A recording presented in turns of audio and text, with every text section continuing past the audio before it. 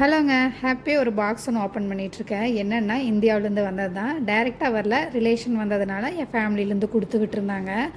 என்ன அப்படின்னு பார்த்துருந்திங்கன்னா, சேமியா தான். ஒயிட் சேமியா, ராகி சேமியா, அதோட சம்பா ரவை. இதெல்லாம் கண்டிப்பாக இந்த யுஏஇ ஃபுல்லாக எங்கே தேடினாலும் இதெல்லாம் கிடைக்கவே கிடைக்காத இந்தியன் ப்ராடக்ட்டு. என்ன வேணால் இங்கே காசு கொடுத்தா கிடைக்கும், வேறு பிராண்ட்லேயும் கூட கிடைக்கும். ஆனால் இந்த சில ஐட்டம் இங்கே கிடைக்கவே கிடைக்காது. ஆல்ரெடி இந்தியாவிலேருந்து வரும்போது இந்த கிராசரியெல்லாம் வாங்கிட்டு வந்திருந்தேன். ஸ்டார்டிங் 4 to 5 மந்த்ஸ்லேயே முடிஞ்சிருச்சு.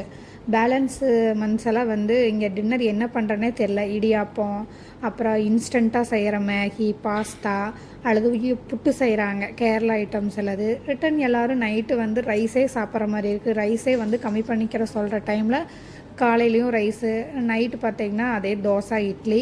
இங்கே சேமியா ரவையெல்லாம் கிடைக்காது. இங்கே ஒரு ப்ரௌன் ரவை கிடைக்கிது. அதை ப்ரோக்கன் வீட் விற்கிறாங்க. ஆனால் செஞ்சு பார்த்தா அது அவ்வளோ டேஸ்ட்டாகவும் இல்லை. நார்மலாக ப்ரோக்கன் வீட்டில் தண்ணியில் போட்டு வேக வச்சு சாப்பிட்ற மாதிரி தான் இருக்குது. நம்ம ஊர் ஐட்டம் மாதிரி இல்லை. கோயம்புத்தூர் சைடு இருக்கிறவங்களுக்கு இந்த டின்னர் ஐட்டம் எல்லாம் ரொம்ப ஃபேவரட்டாக இருக்கும். எனக்கும் அப்படி தான். நான் ரொம்ப மிஸ் பண்ணேன். இந்த பாக்ஸ் ஓப்பன் பண்ணும்போது அவ்வளோ ஹாப்பி. இன்றைக்கே ஓப்பன் பண்ணிவிட்டு இன்றைக்கே ரவையும் செஞ்சாச்சு.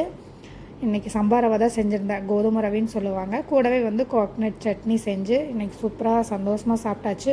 ஒரு 4 to 5 மந்த் அதை ரொம்ப நான் மிஸ் பண்ணேன். இன்னும் ஒரு 4 மாதத்துக்கு நைட்டு டின்னர் என்ன செய்யலாம் அப்படிங்கிற ஒரு கன்ஃபியூஷன் இருக்காது. புதுசாக துபாய் வரவங்களுக்கும் அண்ட் சம்மர் லீவ் முடிஞ்சு துபாய் கிளம்புறவங்களுக்கு இது யூஸ்ஃபுல்லாக இருக்கும். எல்லாருமே 1 இயருக்கு இந்த கிராசரி எல்லாம் பேக் பண்ணிக்கோங்க. இன்னொரு வீடியோவில் பார்க்கலாம். பாய்ங்க.